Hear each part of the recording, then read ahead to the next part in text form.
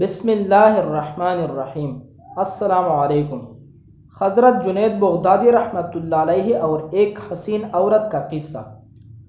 حضرت جنید بغدادی رحمۃ اللہ علیہ کے دور میں ایک امیر شخص تھا جس کی بیوی رشک کمر اور پری چہرہ تھی۔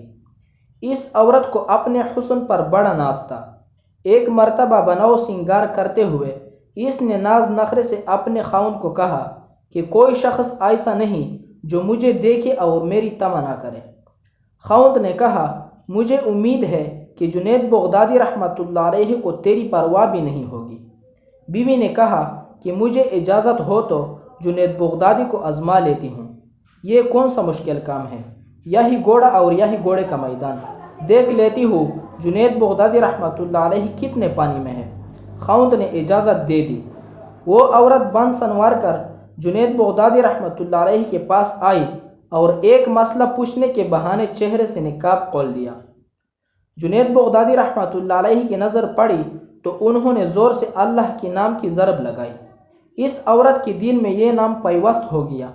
اس کے دل کی حالت بدل گئی۔ وہ اپنے گھر واپس آئی اور سب ناز نخرے چھوڑ دیے۔ زندگی کی صبح و شام بدل گئی۔ سارا دن قرآن مجید کی تلاوت کرتی اور ساری رات مصلی پر کھڑے ہو کر گزار دیتی۔ خشیت الہی اور محبت الہی کی وجہ سے آنسوؤں کی لڑیاں اس کے رخساروں پر بہتی رہتی۔ اس عورت کا خاوند کہا کرتا تھا کہ میں نے جنید بغدادی رحمۃ اللہ علیہ بگاڑا تھا کہ اس نے میری بیوی کو راہبہ بنا دیا اور میرے کام کا نہ چھوڑا۔ حضرت بایزید بستامی رحمۃ اللہ علیہ فرماتے ہیں کہ جب نور نسبت میری سینے میں منتقل ہوا تو ایسی باطنی ٹھنڈک نصیب ہوئی کہ باوجود اپنی بھرپور جوانی کے میرے لیے عورت اور دیوار کے درمیان فرق ختم ہو گیا۔